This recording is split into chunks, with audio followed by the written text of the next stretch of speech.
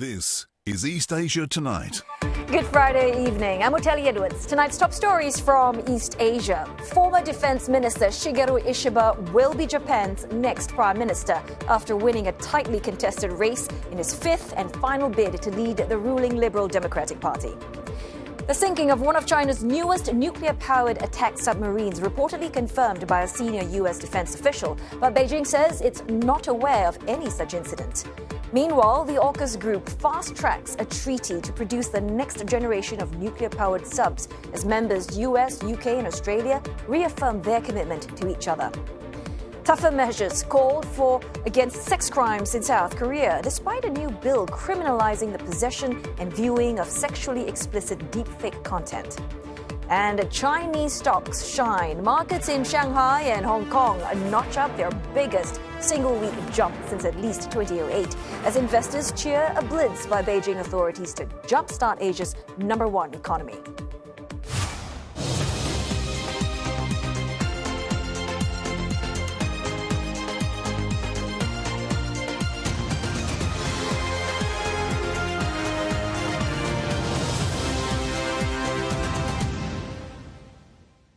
With the world's two largest economies racing to innovate in AI, it's not a question of if, but a question of when AI might make an impact on you, if it hasn't already done so. Ahead on East Asia Tonight, a special report on China's progress on reaching its goal of becoming a global leader in artificial intelligence.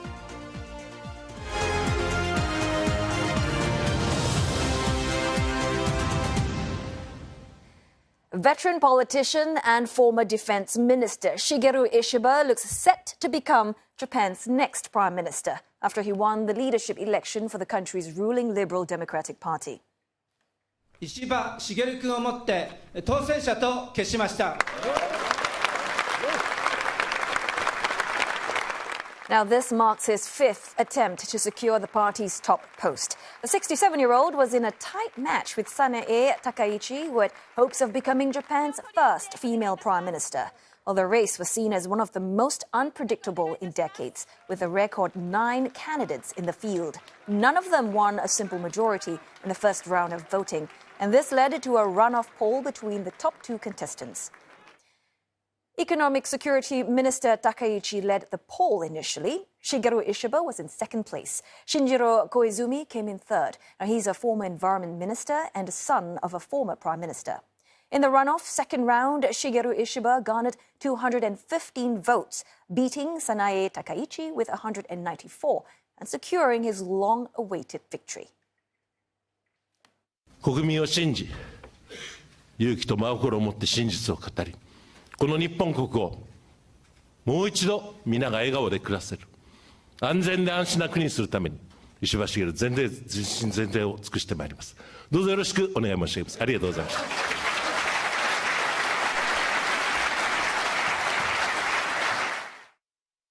The LDP is seeking a political reset. That's as a series of scandals forced Prime Minister Fumio Kishida to announce his intention to resign last month. The vote was determined by LDP lawmakers and more than 1 million of its grassroots members. International reactions are pouring in. U.S. Ambassador to Japan congratulated the new leader, saying he looked forward to working with Mr. Ishiba to strengthen the bilateral alliance. The Chinese Foreign Ministry says Beijing wishes to foster healthy and stable ties with Tokyo, but expressed hope that Japan can adopt what it calls an objective and correct understanding of China. Taiwanese President William Lai also congratulated Mr. Ishiba, saying that the island wishes to deepen its partnership with Tokyo under the new leadership. Mr. Lai's Democratic Progressive Party also stressed that both political parties have a deep friendship and hope to boost exchanges on all levels. Also keenly watching the election is South Korea. Seoul says it's looking to forge positive ties with its closest neighbor and partner. News of Mr. Ishiba's victory triggering an immediate response in the yen and Japanese stock futures, as he is widely expected to support the Bank of Japan's policy in raising interest rates. The yen rising sharply against the greenback. It jumped to around 143 to the dollar from about 146 before news of Mr. Ishiba's win. Currently, still stronger by about 1%. The Nikkei 225 closed at a 2-month high before reports of the victory. But Nikkei futures stateside taking a dive, and they're down at nearly 2.4%. A stronger yen tends to hurt the earnings outlook of Japanese companies that rely on exports. All right, for more, we are joined now by Tomohiko Taniguchi. He's a special advisor to the Fujitsu Future Studies Center and also specially appointed professor at the University of Tsukuba. Warm welcome, Professor, to East Asia Tonight. Let's just first talk about the win factor. Mr. Ishiba there had beaten Mr. Takaichi by 21 votes, quite a narrow winning margin. So, Professor, what do you think is the deciding factor in this win? Because it's been an intra-party event, not a national or federal event, what's been most important is who could lead the campaigns to be taking place. First, probably this year, and second, the next year. Over the next 12 months, this country is going to have 2 elections, one for the general elections for the lower house and another for the upper house election. And so it seems that parliamentarians especially have chosen to take a view that rather than the female candidate, the well-known 5-time contender, Ishiba, is going to boost political capital for the LDP. Right, as you've mentioned, elections probably happening pretty soon, but considering the current climate of distrust and frustration with the political establishment, how do you think Mr. Ishiba is going to, restore public confidence in the government and the LDP? To choose the right moment is always a challenge for any Japanese prime minister when it comes to dissolving the Japanese parliament, precisely because of the reasons that you have just laid out, the lack of trust and the disappearance of faith in the LDP. Ironically, the Japanese prime minister, Shigeru Ishiba, will likely choose to dissolve Japanese lower house sooner rather than later, probably within this year. Right.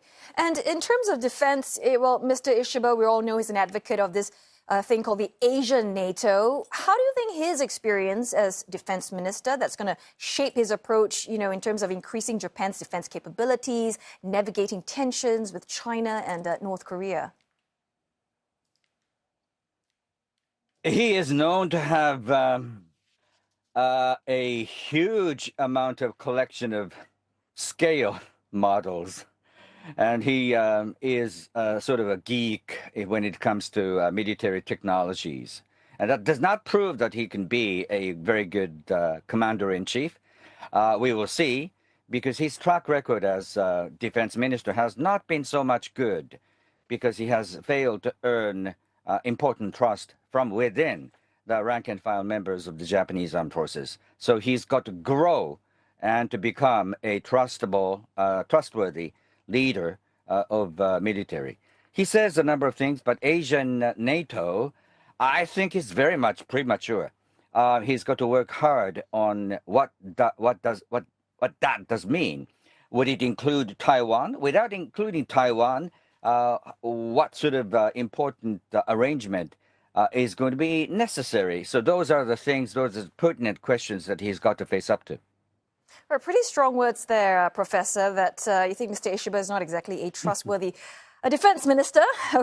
But in terms of the economy, I mean, as well, he is not exactly a fan of Shinzo Abe's policies. He spent his career opposing them. So what then do you think his economic strategies are when it comes to, employing methods to try and revitalize Japan's economy with the weak yen and rising inflation, all of that? To revitalize the Japanese economy is the most pressing issue, as everyone could agree. But interestingly, curiously, during the campaign for the LDP leadership election, he mentioned a number of times that he's probably going to raise income tax, corporate tax, and capital gains tax. And if these materialize, that's going to be devastating for the stock market. So we will see what will happen on this coming Monday. The election results have been made available only after Tokyo stock market had been closed today. So you can only see future trading markets are treating. How are they treating the results of the LDP elections? We'll certainly be keeping a keen eye on those numbers. But I want to move on next to U.S. relations. And I'm curious to know, Professor, how do you think Mr. Ishiba will deal with Trump, say, if he wins and becomes the next U.S. president? Because, Trump's got a history of criticizing Japan's trade policies and security dependence on the U.S. That actually makes me also nervous. He's not someone who has had rich experiences in dealing with foreign leaders, including Donald Trump, including the likes of Donald Trump. He has never been a foreign minister, and he is not popular as someone who is at ease when meeting foreign dignitaries and foreign leaders. So once again, to have a long administration is a must. And in order for it to happen, Mr. Ishiba himself has to be a quick learner and has to grow very fast. And given Mr. Ishiba's advocacy for a more neutral position between Beijing and Washington, that's what he sort of said, how do you think his proposed so-called win-win diplomacy approach is going to play out in reality, also considering the recent tensions between Japan and China because of that tragic killing of a Japanese schoolboy in Shenzhen? Indeed, the Japanese diplomacy has adopted a playbook. That is that in order to deter Chinese aggression and in order to balance against the growth of Chinese military power, you must be strong. And that much has been said also by Mr. Ishida, but his messages are confusing.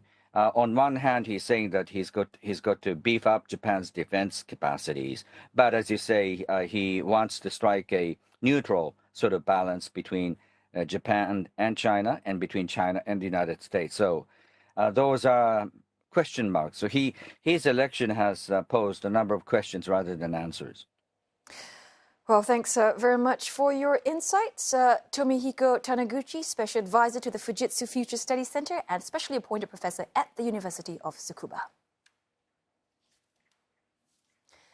Taiwan's defense ministry says it is aware of reports of a sunken Chinese nuclear submarine. Speaking to reporters, Defense Minister Wellington Koo said that authorities have a grasp of the situation but did not elaborate further. 我们一方面根据这个相关的这个媒体的报道嘛，那我们也做过一些演习，我们自己本身也有透过我们多重的情监的手段，来有所掌握。 The Wall Street Journal quoted U.S. officials saying the accident happened at a shipyard near Wuhan around May or June, and that China sought to cover up the incident. The officials said it was unclear what caused the vessel to sink, or if it was carrying nuclear fuel at the time. The satellite images appear to show floating cranes on the site, believed to have been brought in to salvage the sub from the riverbed. A Chinese embassy spokesperson in Washington said it had no information to provide. Now, this is a potential setback to China's military modernization plans. The reports come just days after the country announced it successfully launched an intercontinental ballistic missile into international waters, raising concerns about its nuclear buildup. Neighboring countries, including Japan, Australia, and New Zealand, say that they did not receive any warning about the launch. Defence ministers of Australia, UK and US have met in London to reaffirm their commitment to the AUKUS trilateral security pact. It comes after Australia and the UK revealed plans to work towards a treaty to speed up the delivery of a next-generation nuclear-powered submarine fleet. CNA's Stuart Smith has more. Defence Minister Richard Marles said that this agreement, this profoundly important idea, as he called it, was blossoming after 3 years into a set of significant operational plans. He said it was a strategic imperative for Australia to have nuclear-powered assault submarines, and that work was going well to make that happen, especially after these meetings here in London, where Australia and the UK are trying to agree a bilateral arrangement to further support each other with the submarine programme, yes, but also what's described as Pillar 2 in the AUKUS agreement, exchanging very sensitive but very cutting-edge technology like AI systems, like very advanced technology related to hypersonic missiles, and also related to the use of artificial intelligence, all for one reason. Together we have reaffirmed the extraordinary strength of our AUKUS partnership, and we showed our shared vision for an open, free, secure and prosperous Indo-Pacific. A nuclear-powered submarine capability will be greatly in advance of anything that the Collins-class submarines offer us today, as capable as they are.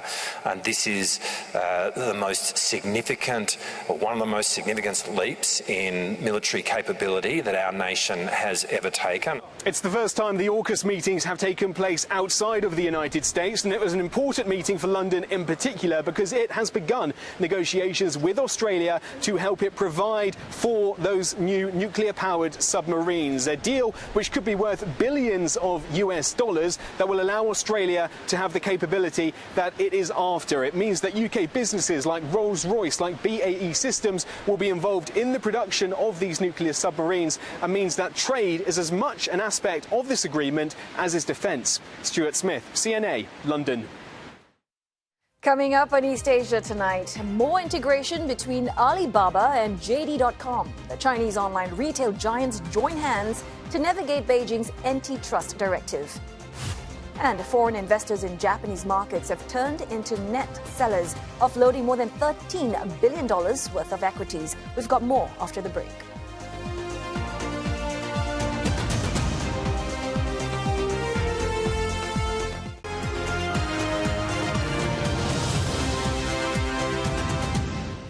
Hello again. Good to have you on East Asia tonight this Friday evening. And here to wrap up the business news for the week is Roland Lim. So, Roland, all about Greater China's stock markets. And there's a stimulus blitz has stirred buying frenzy.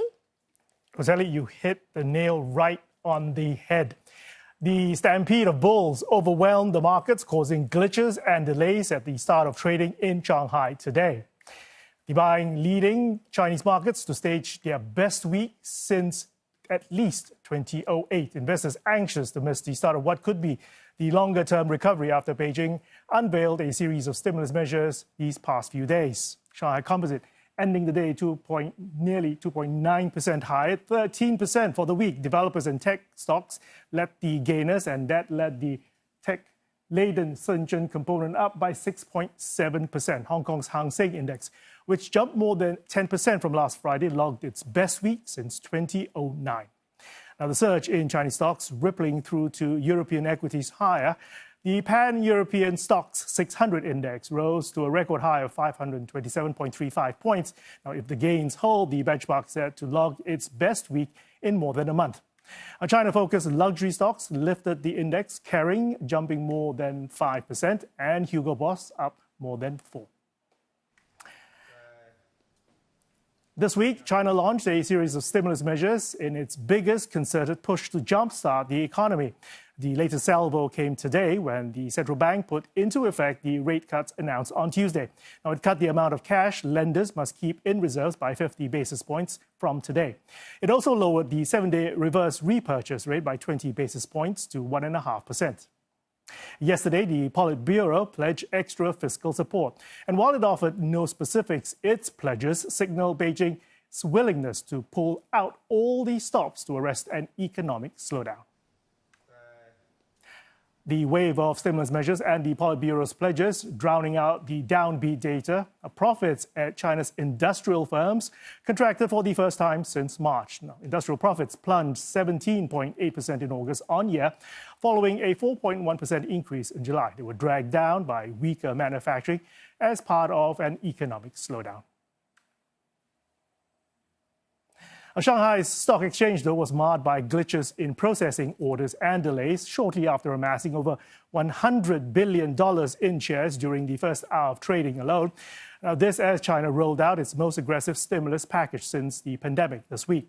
Now, in a statement on X, Hao Hong, the chief economist at Grow Investment Group, says that reports of the delays rose due to the surging of trading volumes. He adds that the trading system had been overwhelmed by what he calls a huge stampede of stock bulls. The Shanghai Composite stayed roughly unchanged for about an hour, even as the Shenzhen component continued to rise. Shanghai Stock Exchange said it is investigating the reasons behind the irregularity. China's stock markets erased losses for the year as the stimulus measures sparked a buying frenzy, with the turnover volume doubling from just days ago because of the stimulus. China's online retail giants Alibaba Group and JD.com have reportedly agreed to further integrate their services. This is part of a larger push to lower barriers on payments and logistics.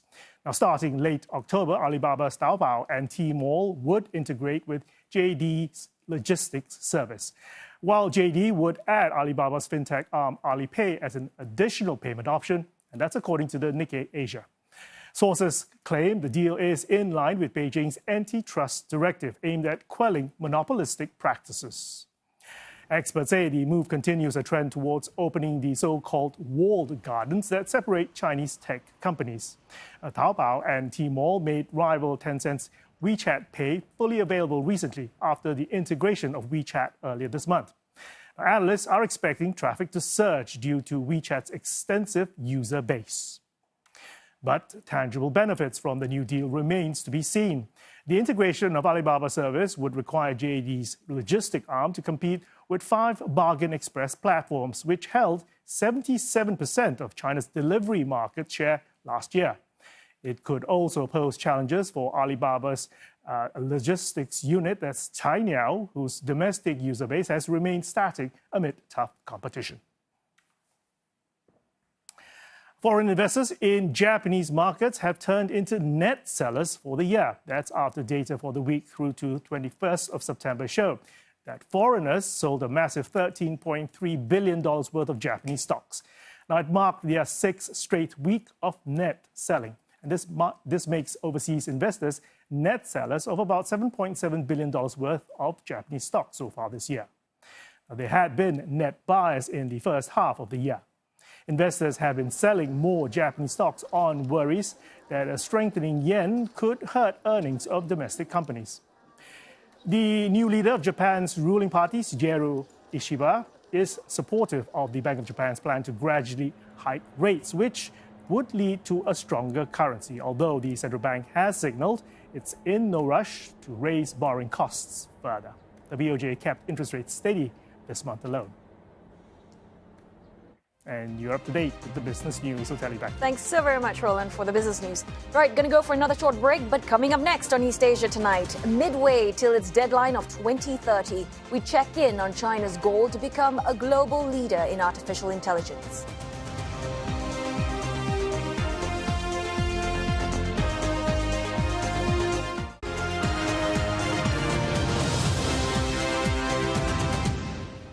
Former Defense Minister Shigeru Ishiba will be Japan's next Prime Minister after winning a tightly contested race in his 5th and final bid to lead the ruling Liberal Democratic Party.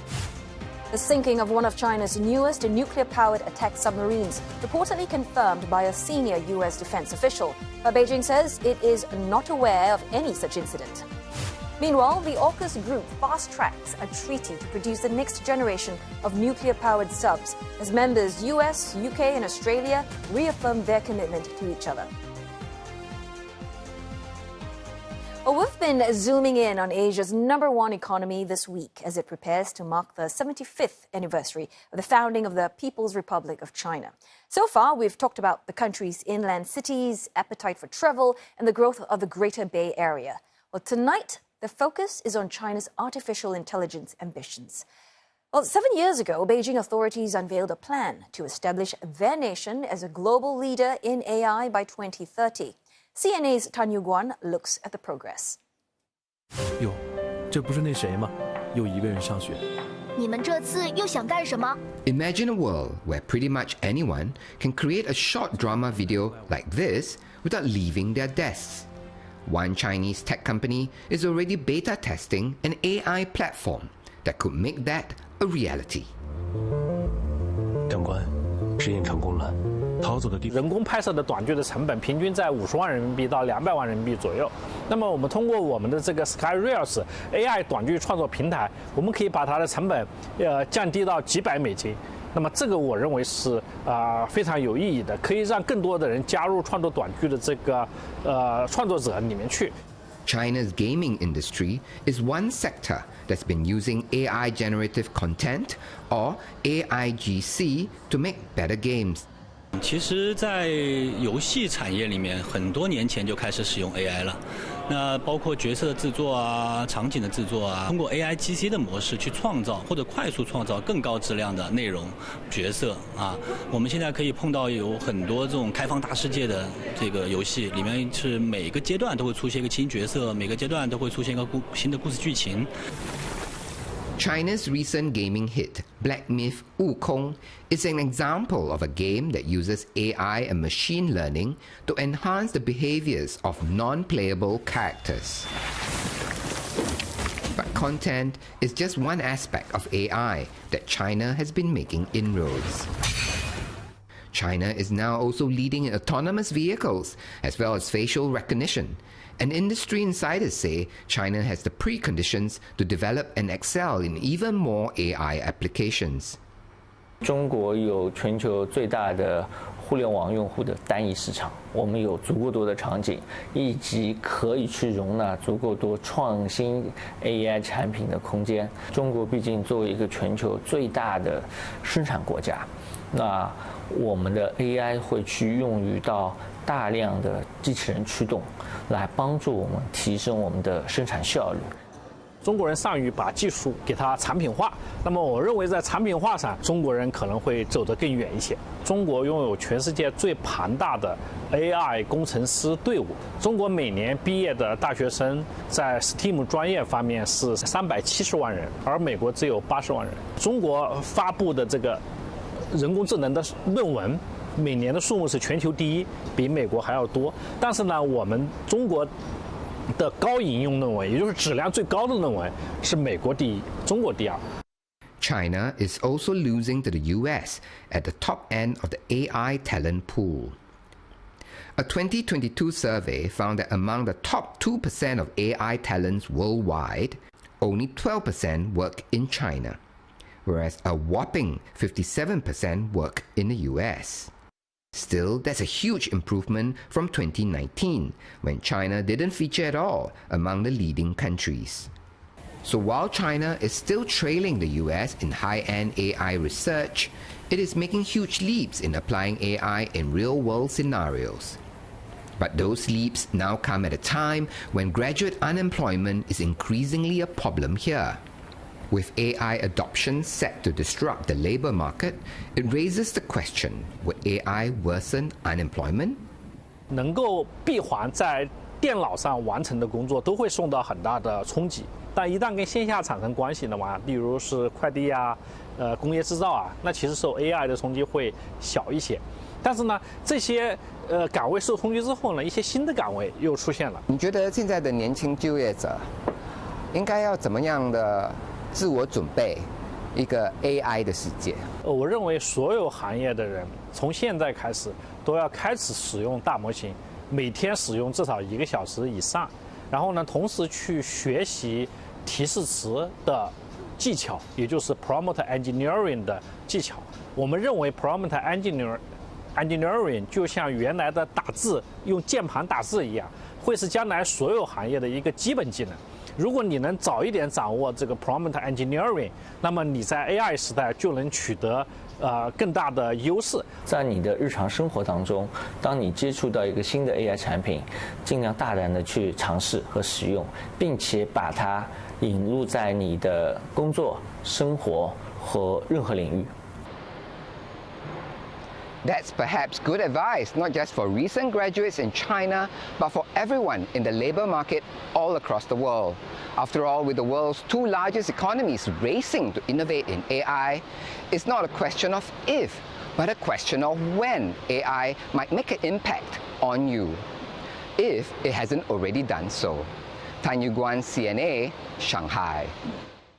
To find out more about how China is progressing in its AI ambitions, we are joined by Patrick Liu, a researcher with Roland Berger Strategy Consultants, and he's speaking to us from Shanghai. Well, warm welcome to East Asia Tonight, Patrick. So we heard from my colleague Yuguan's story a little earlier about the brain drain of top talent to the US and other Western nations. I'm wondering, Patrick, to what extent do you think this actually impacts China's plan to become a global leader in AI in 6 years' time?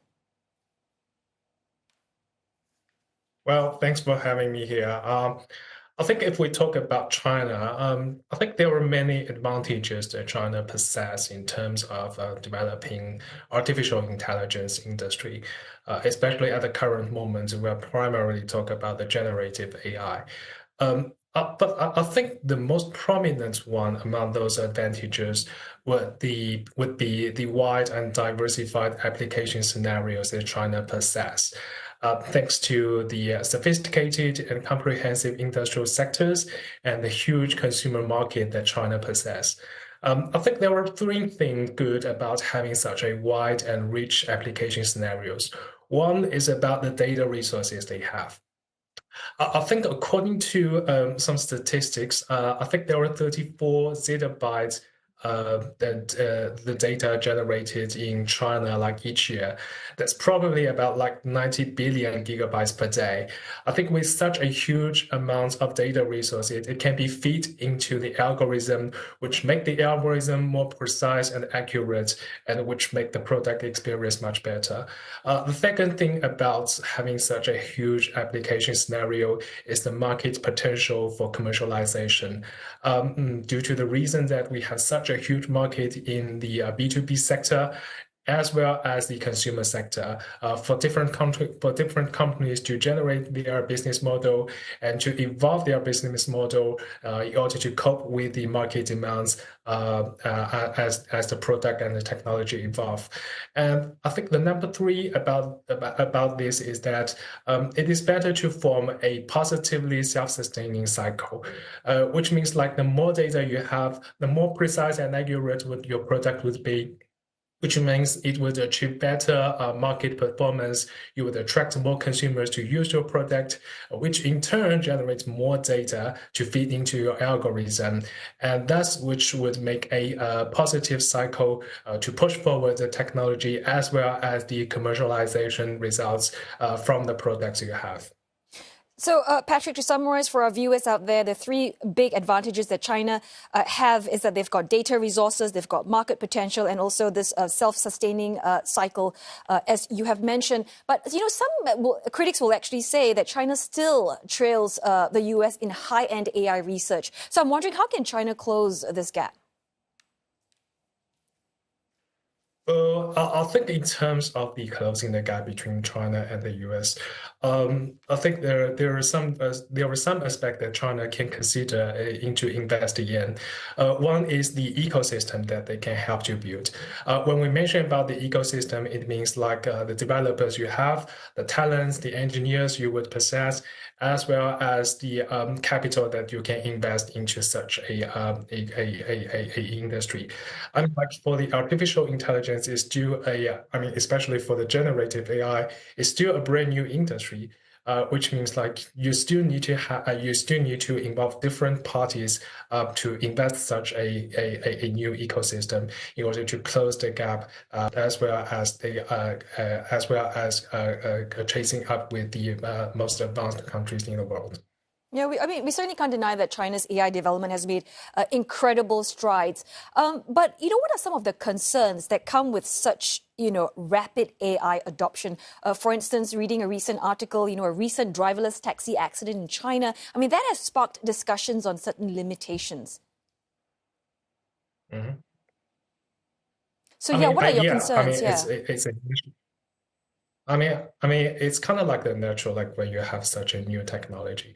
I mean, especially like for any new technologies, when they come to the market, there are always such new phases, like a bubble or a hype, like during the emergence of the industry.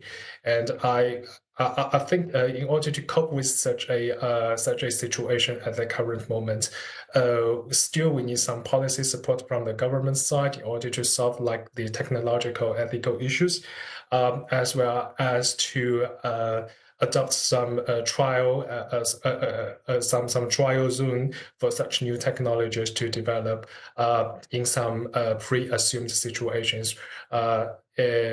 And also, like we need to, we can take a trial, we can take a go and a trial approach in order to develop such technologies, which means like we can have some a specific area to let the technology to trial and ensure that every problem can be spotted where it's publicly pushed to the mass market, I think.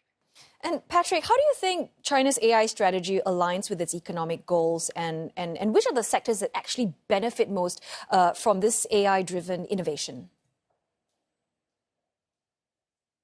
Well, I think in terms of the results that can be extracted from such a new technology, I think it can be widely used in different sectors.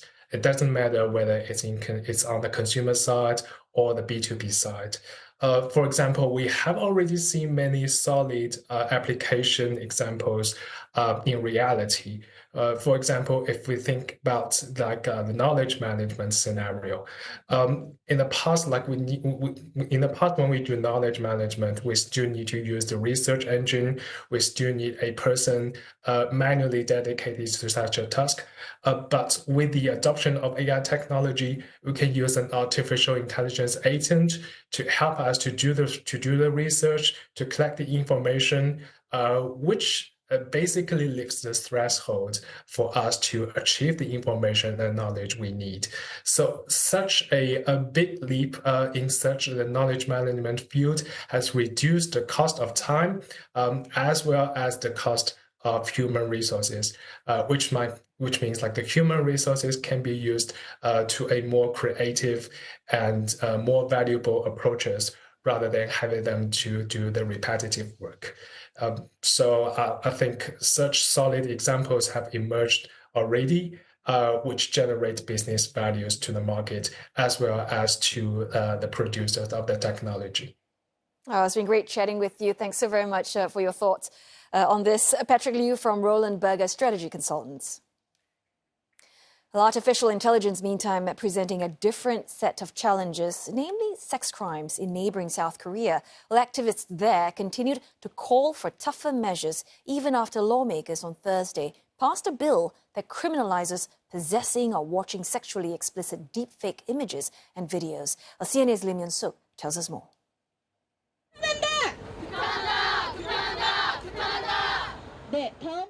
Choi Ji-hyun has been rallying once every week in Seoul since last month. Joining other activists, Ms. Choi says her aim is to make the voices of female university students heard whom she says are living in fear. 옆에 있는 친구를 같이 이렇게 술 먹고 놀던 친구를 의심할 수밖에 없게 되는 이 현실, 그래서 그런 걸 이렇게 국가 차원에서 정부 차원에서 나서서 해결을 해줘야 되는 건데 이렇게 너무 개인들의 몫으로 남겨두다 보니까 자기가 어떻게 해결을 할 수 있을지 고민하고 있는 게 여성 대학생들의 현실이고, 그래서 모여서 함께 목소리를 내야 된다라고 하는 게 저희 동아리의 입장인 것 같습니다. Since the deepfake porn crisis broke out, she says many of her female friends have removed their pictures from social media. Some even visited deepfake porn chat rooms on Telegram to make sure they were not victims. Across South Korea, many young people share the same fear. 일단 SNS에는 공개적으로 제 사진이나 친구 사진, 가족 사진 같은 경우는 안 올리고 있고요. 그래서 아무래도 좀 조심하게 되는 것 같아요. 근데 10대가 대부분인 걸 수도 있지만 나이 불문하고 다 노출이 되면 어쨌든 위험하다고 생각은 하거든요. 제 동료들에 대해서는 믿음이 있는데 SNS에 대한 두려움이 조금 더 큰 것 같아요. 저를 도용해서 사용할 가능성에 대해서. 저는 그 부분 교육이 필요하다고 생각을 합니다. 어린 분들이 경각심 없이 사용하고 있는 게 좀 큰 것 같아서 그거에 관련해서 법률이나 이런 거에 대한 교육이 필요하다고 생각해요. Amid public demand for stronger measures, South Korean President Yoon Suk-yeol has called for digital sex crimes to be thoroughly investigated. While police have been working with AI firms in recent months to investigate sexually explicit deepfake images and videos of women found in Telegram chat rooms. Lucas Lee, the director of startup DeepBrain AI, says the company in March launched a deepfake detection system developed in partnership with the Korean National Police Agency to help combat deepfake crimes in the country. 최근에는 이제 기술이 발전하면서 많이 나오게 된 거죠. 어떻게 보면 이제 더 이상 사람의 육안으로 이 부분을 판별하기가 좀 어렵다 보니까 이런 탐지할 수 있는 솔루션들을 도입하셔서 이게 가짜인지 진짜인지 판별해주는 솔루션을 저희가 개발하고 판매하는 사업들을 좀 진행을 하고 있습니다. That process takes only a few minutes. 이제 탐지가 완료됐고요. 변조율은 70.86%로 해서 페이크로 진위 여부가 판별이 됐고 합성 유형 딥페이크 적용된 기술은 립싱크라고 해서 입을 학습시킨 기술이 들어가 있고 여기에 보면 이제 페이스 수학, 얼굴을 교체한 그런 기술 두 가지가 적용됐다고. While photos or videos with a detection rate of around 50% and below can be considered genuine. It's not just police. Companies, including entertainment agencies, are said to have turned to similar technologies to detect fake videos and images, as there have been cases of actresses and singers falling victim to such crimes. South Korea's National Assembly on Thursday passed a bill to punish people possessing, purchasing, storing, or viewing deepfake sexual materials and other fabricated videos, with up to 3 years in prison or a fine of up to 30 million won, about $22,500 US. But these have fallen short of what activists are demanding.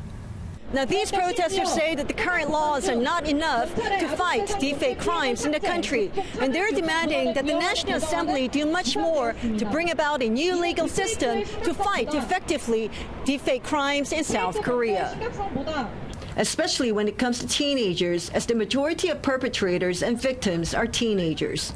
According to the police, out of the 318 suspects arrested this year, nearly 80% were teenagers, and that 60% of the victims involved in cases investigated by the police in the 3 years since 2021 were also minors. Lim Yan-suk, CNA, Seoul. Coming up on East Asia tonight, Japan's next prime minister has spoken after winning the most unpredictable leadership race of the ruling LDP. We'll go live to our senior correspondent Shigeru Ishiba for the very latest.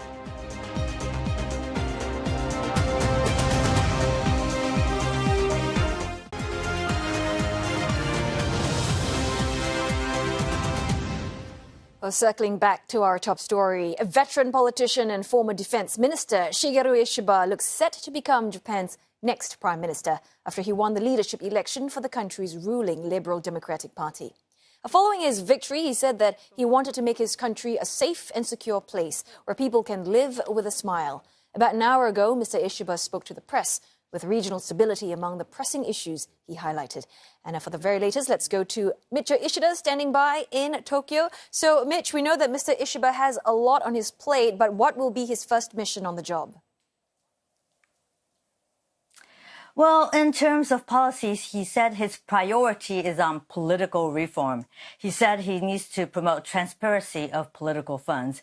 Now, this is on the back of slush handling of funds that came to light last year, which cost the cabinet post of then Fumio Kishida cabinet ministers. And it also impacted Mr. Kishida's public approval rating, that Mr. Kishida could not seek another term in office. Now, Mr. Ishiba wants to revise the political system by also working together with opposition parties. His position is on economic mission is taking Japan completely out of a deflationary spiral. And for that, he said, consumption is vital as it makes up 54% of Japan's GDP. He also wants to raise the ratio of export against Japan's GDP from the current 18%. He said he wants to create a disaster agency or ministry. It may not be possible immediately, but it's important to increase funds and workers to deal with natural disasters. Now, this is as Noto Peninsula is in a rescue relief status from last week's heavy rain and floods, while still recovering from the New Year's quake of magnitude 7.6.